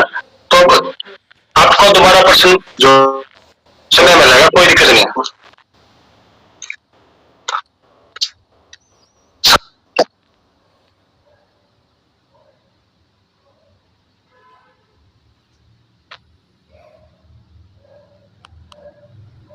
हाँ जी, अभी आ रही है? हाँ भाई जी, हाँ कृष्ण जी आ रही है। अब बोलो। हाँ, मैं ये बोल रहा था शेषन भाई, जैसे अपने शादियों में देखो मजबूरी होती है, जाना पड़ता है, तो और जाएंगे तो खाना भी खाना पड़ता है। तो उसके बाद में जैसे अगले दिन उपवास रखे, या जैसे मान लो अपना तुलसी का काढ़ा है, आंवले का जैव रसायन है, ऐसी चीजें पीने से मेरे हिसाब से कुछ हल्का जरूर होगा। और मैंने तो मतलब ये करता भी हूँ, तो मेरे को अनुभव हुआ, उसके ऊपर बता रहा हूँ, बाकी वैद्य जी बताएंगे भाई क्या करना चाहिए या नहीं। हाँ ठीक है कृष्ण जी, हम अगले दिन उपवास रख सकते हैं या जो विकल्प आपने बताया। और शादी में जाना है, खाना भी है, तो थोड़ा भी खाएंगे तो कोई इतनी समस्या होगी नहीं। वो उनके साथ होता है कृष्ण जी कि शादी में गए हैं और ओवर ले लिया है जी जिन्होंने। नहीं, जो आदमी ऑर्गेनिक खाता है ज्यादा करके ना, मतलब यानी कि ये मान लो 70% भी अगर वो ऑर्गेनिक अपने घर में खाता है, तो उस आदमी को तो थोड़ा भी जहरी लगता है। लेकिन इसका ये सही है, मैंने जो महसूस किया वो बता रहा हूँ। और जो जैव रसायन खातर एक भाई पूछ रहा था, अगर उसकी विधि जानना चाहते हो तो मैं बता देता हूँ। 1 किलो गुड़, 3 किलो फल, और 1 किलो गुड़, 3 किलो फल और 10 लीटर पानी। कोई भी प्लास्टिक के डब्बे में एयरटाइट बंद करना 90 दिन के लिए। तो इसमें क्या होता है कि एनारोबिक बैक्टीरिया है वो काम करता है, तो उससे जैव रसायन बनता है भाई। और जैव रसायन की, आंवले का जैव रसायन पीने में भी अच्छा है, नहाने में भी अच्छा है, अपनी स्किन को अलग ही एक एनर्जी देता है। नींबू का जैव रसायन है, वो भी खट्टे में आता है, आंवले का भी खट्टे में आता है, लेकिन नींबू का जैव रसायन कपड़े धोने में बहुत बढ़िया काम करता है, फर्श धोने में बहुत बढ़िया काम करता है। और इसमें अपने कपड़े धोए तो इसमें थोड़ा सा, जैसे मान लो 1 लीटर जैव रसायन है, तो उसमें 100 ग्राम रीठे का पानी 1 लीटर पानी में उबाल के उसके अंदर मिक्स कर लो, आपके कपड़े धोएंगे, हमें साबुन की सर्फ की जरूरत नहीं पड़ेगी। और इससे जो आप सब्जी धोने के लिए बोल रहे थे, तो उसके लिए आपको एलोवेरा का जैव रसायन बनाना पड़ेगा। कड़वा जैव रसायन चाहिए, और सब्जी को डिटेक्ट करने के लिए, कोई भी दाल डिटेक्ट करने के लिए आपको एलोवेरा का ही जैव रसायन लेना पड़ेगा। तो जैव एलोवेरा का हमारा कोई खर्चा भी नहीं लगता, कि लगभग हर जगह मिल जाएगा आपको। आप कम मात्रा में यूज करोगे तो 2 लीटर की बोतल में बना लीजिए, 100 ग्राम गुड़, 300 ग्राम फल, 1 लीटर पानी 2 लीटर की बोतल में बंद करके अपने रसोई में रख दीजिए। 10-12 बोतल बना के रख लो, आराम से अपना काम आता रहेगा, कोई ज्यादा विशेष खर्चा नहीं है इसका। जी शेषन भाई। बहुत बढ़िया जी। हमारे यहाँ बीच मंच दादा श्री हरि कृष्ण जी धुरंधर आदमी है, हर प्रकार के धुरंधर है। और वैद्य जी देखो कितना बढ़िया इन्होंने अपना वक्तव्य रखा है, छोटी ही बात में बहुत बड़ी बात रख दी। बिल्कुल शेषन जी। और कृष्ण जी, हर कक्षा में आप अपना छोटा छोटा वक्तव्य जरूर रखते रहें जी, ताकि आपसे जो ज्ञान है, लाभ है, सभी साथियों को मिलता रहे जी। बहुत बहुत धन्यवाद जी।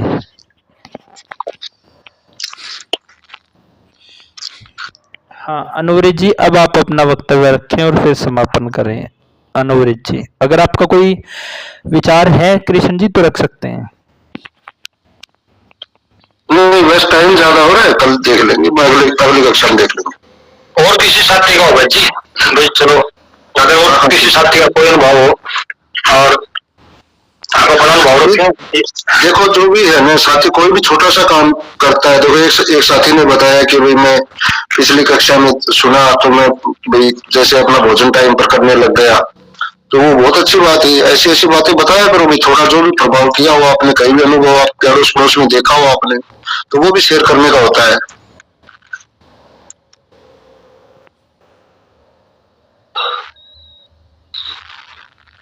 हाँ कुलदीप जी।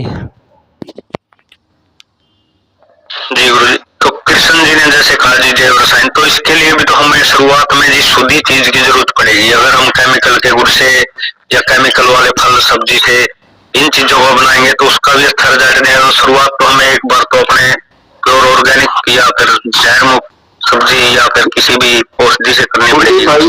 कुलदीप भाई हर चीज मिलती है, आपको थोड़ी सी जानकारी लेनी होगी।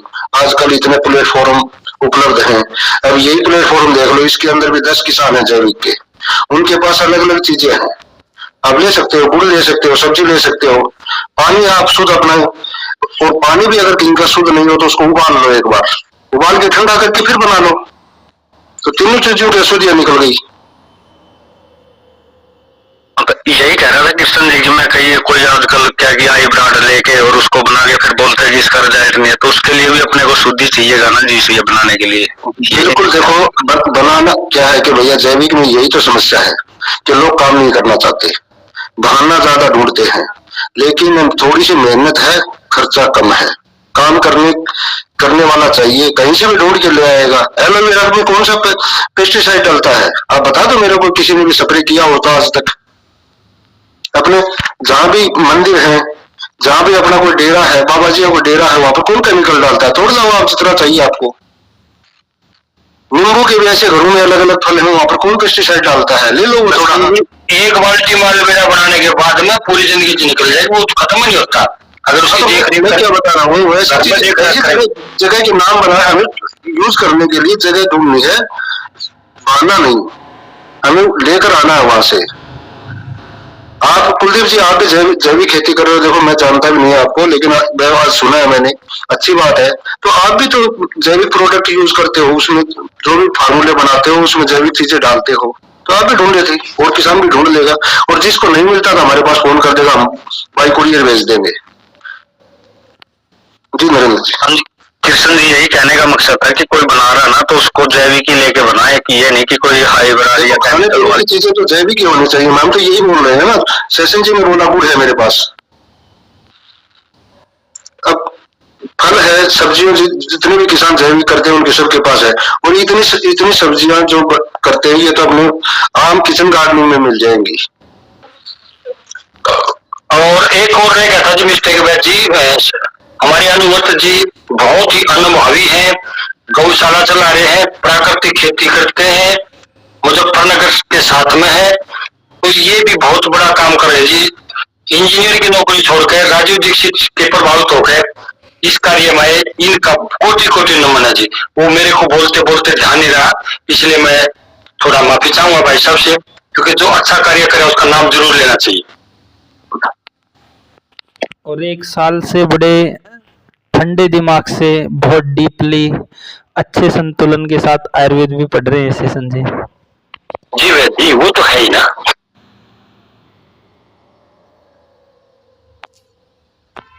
और सेशन भाई को पता है भाई, जिस भी जिले का नाम पूरे इंडिया में किसी भी डिस्ट्रिक्ट का नाम लोगे, वहां पर 5-6 किसान हमारे जरूर मिलेंगे, और हम उनका नंबर भी दे देंगे, किसान का सामान भी जो भी चाहिए वो मिल जाएगा वहाँ। हाँ बिल्कुल ठीक कह रहे हैं कृष्ण जी। जैसे आशा जी का सवाल था तो मेरा भी जवाब यही था कि मार्केट में आपको अच्छी चीज भी मिल जाएगी, बुरी भी मिल जाएगी, और आजकल तो इतना लोग जागरूक है, राजीव भाई को सुनने के बाद इतने लोग जैविक कर रहे हैं, आपके आसपास भी मिल जाएगा जी। और अगर दूर से भी अगर मंगवाना पड़ रहा है कृष्ण जी तो उसमें कोई समस्या नहीं है, क्योंकि अंत में जो डॉक्टरों को देते हैं ना वहां पे कोई प्लेटफॉर्म बताता हूँ आपको, एक शुद्ध फार्म के नाम से है, शुद्धफार्म.com इन, उसके ऊपर पूरे प्रोडक्ट किसानों से खरीदे हुए हैं, 100% जैविक है। किसी किसान साथी को नहीं मिले तो कुलदीप जी नाम है जिनका, जैसे वो कुलदीप टेक्निकल फार्मिंग का जो चैनल है उनका फार्म शुद्ध फार्म है वो, और सभी किसानों से वो जा जाके वीडियो बनाते हैं, पहले वहां तसल्ली करते। मैं एक बात और भी कहना चाहता हूँ, एक बार हम चूरू चले गए, मेरे को साथ लेकर गया कुलदीप, और उस किसान के वहां पर जाकर वीडियो बनाई, वीडियो बनाते हुए वहां पर हमें केमिकल के रैपर मिल गए पेस्टिसाइड के, उसका वीडियो नहीं डाला कुलदीप भाई ने। फिर मैं पूछने लगा, मैं कुलदीप भाई क्या करेगा, बोला नहीं डालेंगे इसका वीडियो। देखो हमारे यहाँ से चूरू गए तो चूरू यहाँ से 150 किलोमीटर पड़ता है, 300 किलोमीटर का अप डाउन किया, वीडियो नहीं डाला उसका। उस किसान का मेरे पास फोन आया, बोला भाई साहब वीडियो नहीं डाला। मैं बोला भैया नहीं डलेगा। बोला क्यों? क्योंकि आप तो केमिकल कर रहे हो। तो इतनी तसल्ली करके वो आदमी मतलब वीडियो बनाता है और उसी किसान का सामान खुद भी खरीदता है और औरों को भी बताता है कि भैया इसका शुद्ध सामान है, आप खरीदो। तो ऐसे बहुत प्लेटफॉर्म है।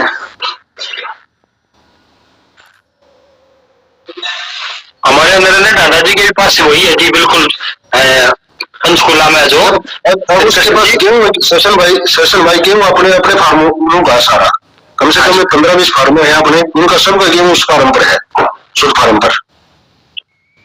अब वो कैसे गलत हो जाएगा बताओ, जो अपनी देख रेख में काम कर रहे हैं।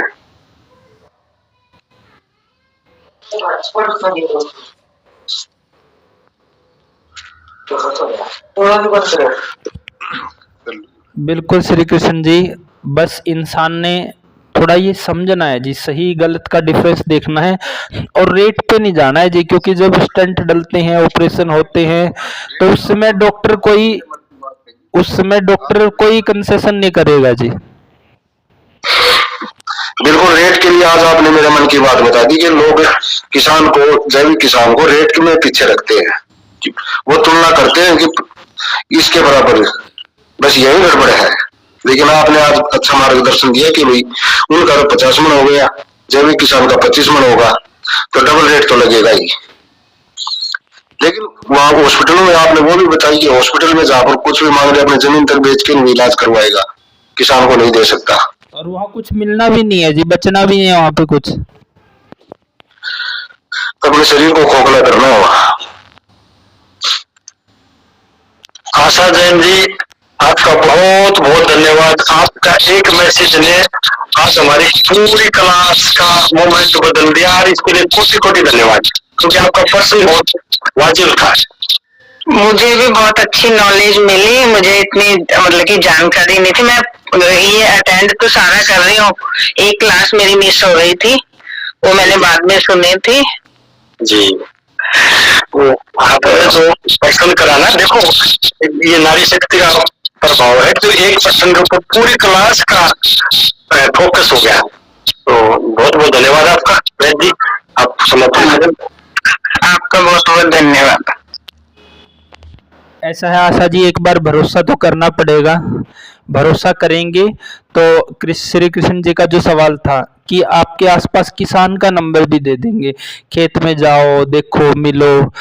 अगर नहीं कर पा रहे हैं तो भरोसा करके घर पे मंगवाएंगे, तो आप बनाएंगे, आप डिफरेंस पता चलेगा जी। हमारे यहाँ जो C306 गेहूं का आटा हम लोगों को देते हैं, तो आटा जब गूंथती है महिला तो ही फर्क बता देती है जी।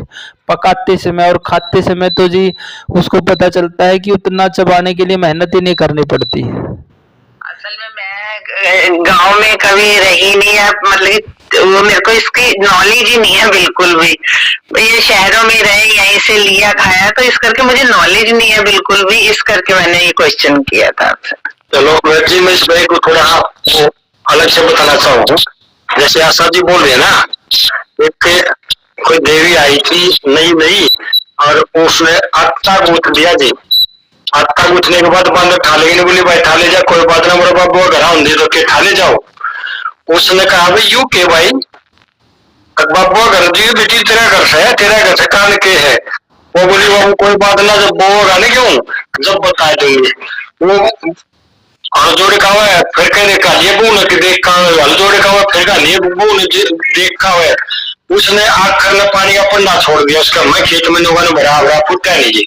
फिर वो चून गूंथ कर रख दिया और वो बंदर आगे नहीं मिले भैया 5 में तो बेचक ले दिए अनारो जागा नहीं। तो आशा जी मेहनत जो फार्मर करता है ना, उसका यही अलग से रिजल्ट मिलता है। वो मेहनत बहुत करता प्राकृतिक खेती वाला। हाँ जी, नहीं पहले तो देखो सारा कुछ ही ऑर्गेनिक ही मिलता था, हमने बचपन में सारा वही खाया है। पहले सुना ही नहीं कि ये पेस्टिसाइड वगैरह कुछ डलता था। गेहूं चाहे सिंपल गेहूं ले लेते थे तो भी मतलब कि इतना अच्छा खाना पचता था। आशा जी, उसका प्रभाव ये था कि उस समय किसी वृद्ध व्यक्ति को आंखें बनवाने के बाद चश्मे लगते थे, आजकल तो छोटे छोटे बच्चों को ही चश्मे। आशा जी, उस समय बीमारियां इतनी थी नहीं, कौन थायराइड जानता था आशा जी उस समय। हाँ जी, शुगर किसी को 60 से पहले थी नहीं। पंजाब से हूँ, फिरोजपुर से मेरा मायके है, तो वहाँ भी बिल्कुल ऑर्गेनिक चीजें ही मिलती थी। कभी सोचा ही नहीं कि ऐसे आज की तरह माहौल होगा। दूध भी बिल्कुल प्योर आता था, गेहूं दालें वगैरह सब प्योर ही मिलती थी। ये ज्यादा कचरा पिछले 30 एक साल में हुआ है आशा जी। हाँ जी। उससे पहले तो हर घर में शुद्धि हो रहा था जी। मेरे अंदर जी अपने पश्चिमी जो संस्कृति आई है ना, तब से ये सारा खेल हुआ है। और साथ में ये लेकर आए हैं अपना हरित क्रांति। ये हरित क्रांति नहीं, ये भ्रमित क्रांति है। तब से ये खेल हुआ है। नहीं, उससे पहले तो हमारे सब कुछ हमारे चने थे 3-3 4-4 साल अपने बुखारी के अंदर पड़े रहते थे, रेत के अंदर डाल के छोड़ देते थे, कभी खराब होने का नाम नहीं था। आज कुछ भी डाल दो, तो आप 6 महीने निकाल के दिखा दो। आज के अनाज के अंदर है क्या? कुछ भी तो नहीं है, ना प्रोटीन है ना और कुछ है।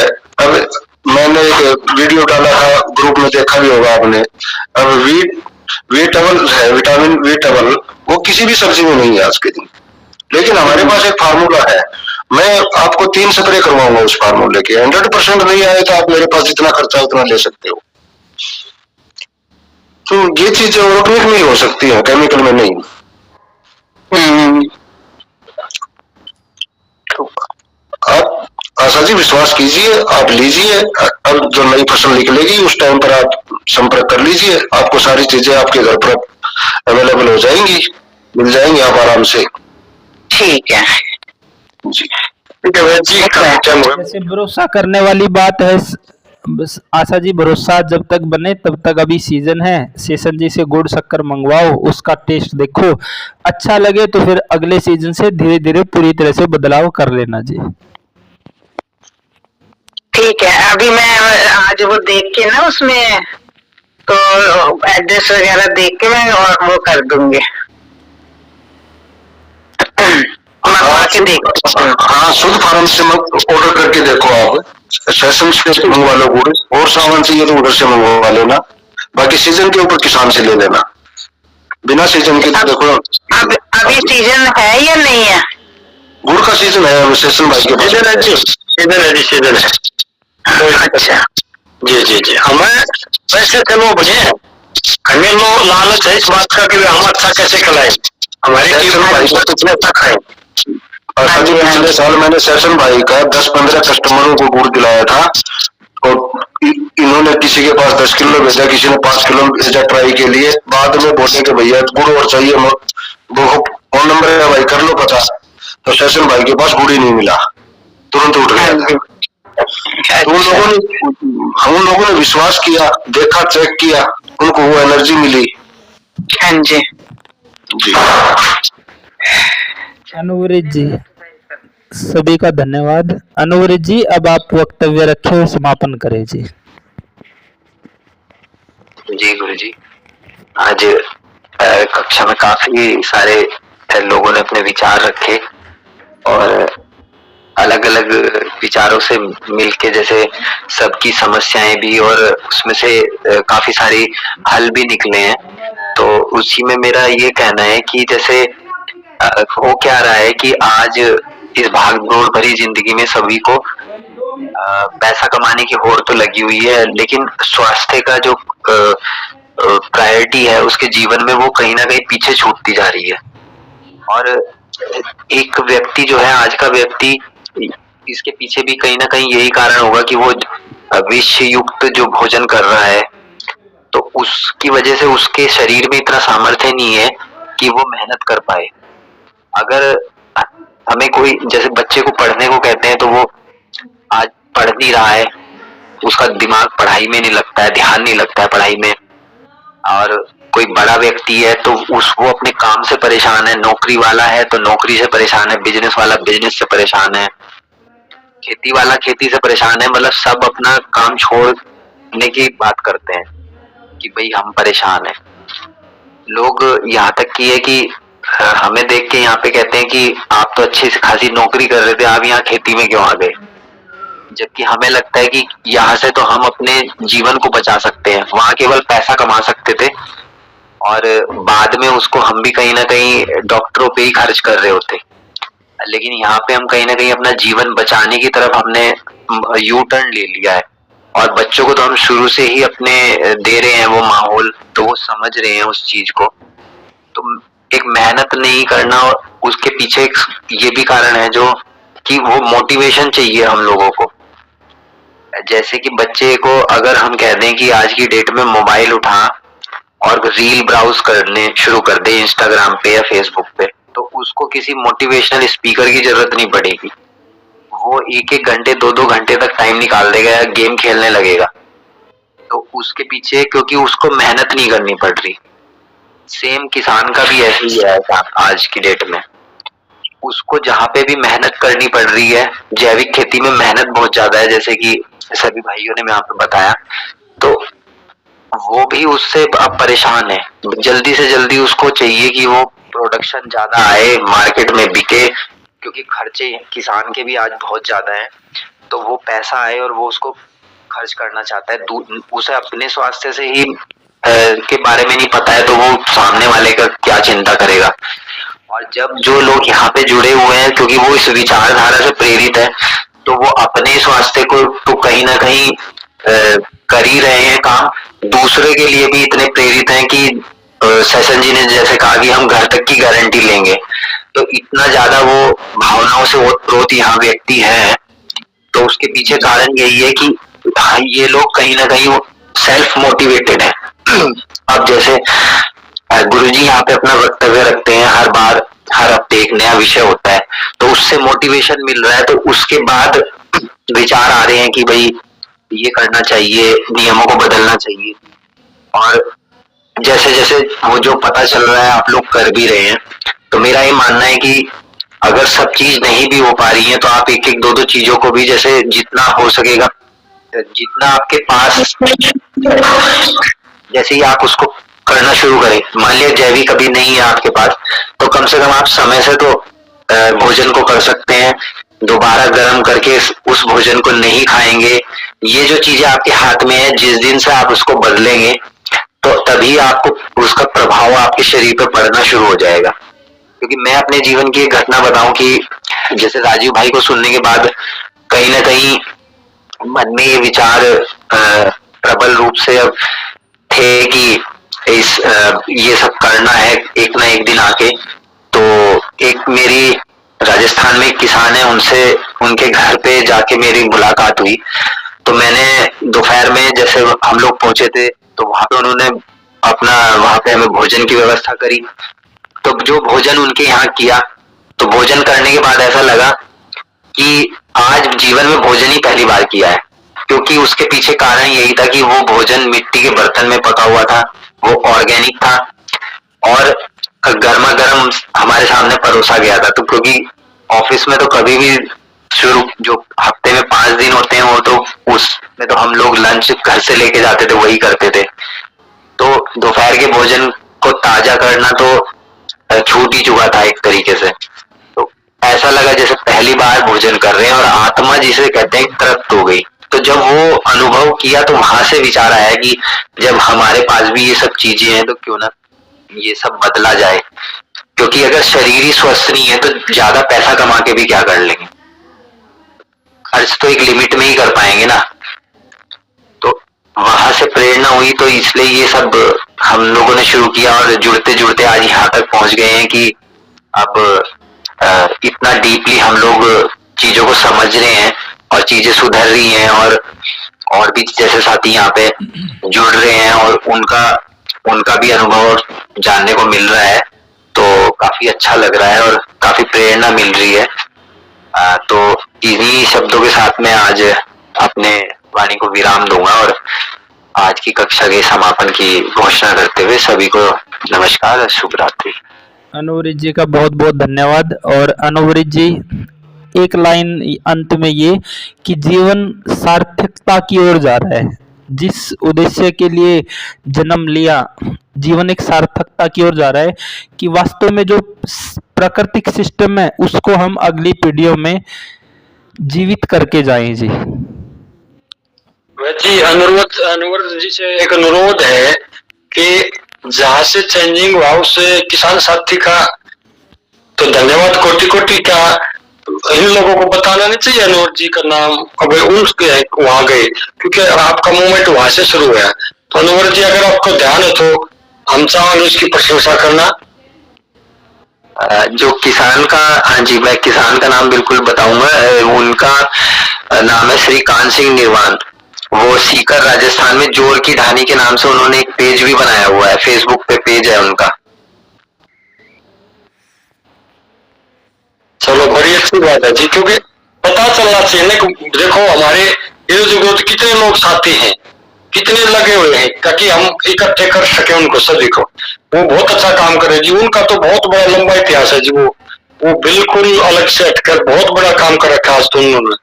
उन जितना काम शायद किसी किसी का हुआ जी। बहुत लंबा चौड़ा काम करे कान सिंह निर्माण जी। बहुत अच्छा लगा जी, क्योंकि हमने बताना चाहिए जहाँ से हमने प्रेरणा मिली ना उसका नाम भी लेना चाहिए। क्यों जी, क्या गलत तो नहीं ना? बिल्कुल सही कह रहे हो। आज की कक्षा में जान फूंक दी सेशन जी आपने। धन्यवाद। मैंने सेशन भाई अपने जो राम सिंह का दान पिछले साल जो हमने 2022 में जो पूरे भारत का यात्रा करी थी गुरु जी के साथ, तो हमने राम सिंह का चावल लिया था। हमने 1 महीने तक लगातार वही चावल खाया था जी जी। वहां भी जाते, हाँ जहाँ पे भी जाते थे ना, तो वहां पर मतलब जिस किसान के यहाँ पर ठहरते थे तो हम उसको देते थे कि चावल तुम ये बनाओगे। तो वो भी मतलब किसान भी खुश होता था कि भैया हमने ऐसा चावल नहीं खाया। ये अपने राम सिंह भाई है चावल से। हाँ, कहने का श्री कृष्ण जी कहने का मतलब ये था, जैसे अनवर जी गए, ठीक है, कोई मेरे पास आया, कोई आपके पास आया, कोई गुरु ताराचंद बेट जी के पास आया, कोई नरेंद्र ढाला जी के पास आया, कोई अनिरुद्ध जी के पास आया, कोई कुलदीप जी के पास आया। तो ये आना जाना लगा रहता है। तो एक अनुभव होना चाहिए भाई, हमने वहां से सीखा। तो मैं तो ना बिल्कुल बहुत बढ़िया, ये बहुत अच्छा प्रश्न था आपका। और पता लगना भी चाहिए, क्योंकि हमारे इर्द गिर्द इतने अच्छे अच्छे काम कर रहे हैं किसान भाई, उनका हमें मतलब नाम लेकर भी बताना चाहिए कि भाई ये किसान अच्छा काम कर रहा है, तो दूसरे को भी सहायता मिले इसमें। हाँ, और एक मेरे गोहान का जी मंजीत है जी। मंजीत जी भी है अपने खंडराई गांव से, गोहाना से ही। वो भी प्राकृतिक खेती करते हैं जी, नौकरी छोड़ के करते हैं जी जी। बहुत बढ़िया, अच्छी बात है। मंजीत जी के बारे में बताऊं जी, मैंने 2023 में मंजीत जी से पहली बार चर्चा हुई तो मंजीत जी को बोला कि जी एक बार आप अपना प्रोडक्ट चावल चाहिए थे कि आप भेज दो जी। शुरू में एक बार देख लेंगे, 30 किलो या 50 किलो आप भेज दो, फिर उस हिसाब से लेते रहेंगे। तो मंजीत जी को बोला मैंने कि 30 किलो 50 किलो ही है, आप ट्रांसपोर्ट से भेज दो। तो मंजीत जी यहाँ आए जी, पंचकुला मिल के गए, नहीं तो वो ट्रांसपोर्ट से भी भेज सकते थे जी। उससे पता चलता है कि व्यक्ति कितनी दृढ़ता के साथ, कितनी लगन से, कितना डीपली वो काम कर रहा है जी। मैं तो यही चाह रहा था कि थोड़ा ही सामान है, आप ट्रांसपोर्ट से भेज दो जी, लेकिन वो आए, इधर सामान दे के गए, मिल के गए। बड़े अच्छे इंसान है जी और अच्छा काम कर रहे हैं जी सेशन जी। वैद्य जी, अपने परिवार पे विश्वास होता है। मैंने अपने परिवार पे विश्वास था, आशा जी को इसीलिए बोल दिया कि हम घर तक पहुंचाने के लिए अक्षमता रखते हैं। तो इसीलिए बोल रहा था वो मेरा परिवार है जो मजबूत परिवार है, ना कि यहाँ चोरी ठगी वाले नहीं है। जो थे वो चले गए, वो आएंगे, वो चले जाएंगे, ठीक है ना। तो परिवार का एक सिस्टम होता है जी, अपने परिवार का सभी को पता होता है हम किसके साथ लगे हुए हैं। देखो ज्यादा सामान में तो सेशन जी हर कोई आ जाता है, ज्यादा सामान में बात है कि थोड़े सामान में भी आना मिलना, उससे फिर संबंध और अच्छे होते हैं, बढ़ते हैं, एक दूसरे को समझने जानने का मौका मिलता है। ठीक है जी, बड़ी अच्छी बात है। नहीं, कार्य बहुत सारे अच्छा कर रहे हैं, बहुत बढ़िया जी। ठीक है जी, तो आप सभी साथियों का बहुत बहुत धन्यवाद। और सभी साथियों से निवेदन है कि ज़्यादा से ज़्यादा साथियों को जोड़ें, ज़्यादा से ज़्यादा साथियों तक वीडियो शेयर करें। जैसे जी हमने ये नियम बताए, संजीव जी ने बदल लिया, हमारा कुछ लगा नहीं, इन्होंने बदल लिया, इतना सारा फायदा हो गया बाकी साथियों को भी। तो इसी प्रकार ये जो ज्ञान है, जीवन जीने का तरीका है, सब तक पहुँचे तो डॉक्टर, दवाइयाँ, बीमारियों से मुक्ति मिले। इन्हीं शब्दों के साथ सभी को नमस्ते जी।